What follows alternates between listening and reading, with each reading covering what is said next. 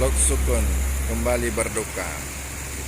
Pas di pukul 3 pagi, air memasuki halaman rumah kami.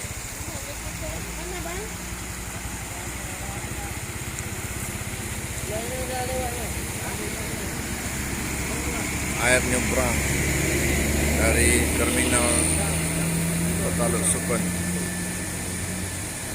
yang berasal dari Kampung Baru karena jebol tanggul di kilometer 2.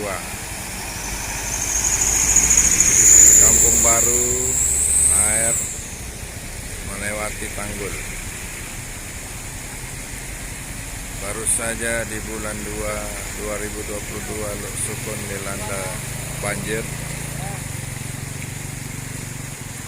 Kembali di bulan 10 ini, berarti dalam 1 tahun sudah 2 kali banjir di Lok Sukun.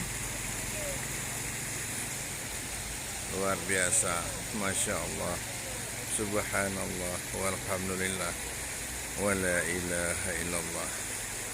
Engkau yang maha kuasa ya Allah.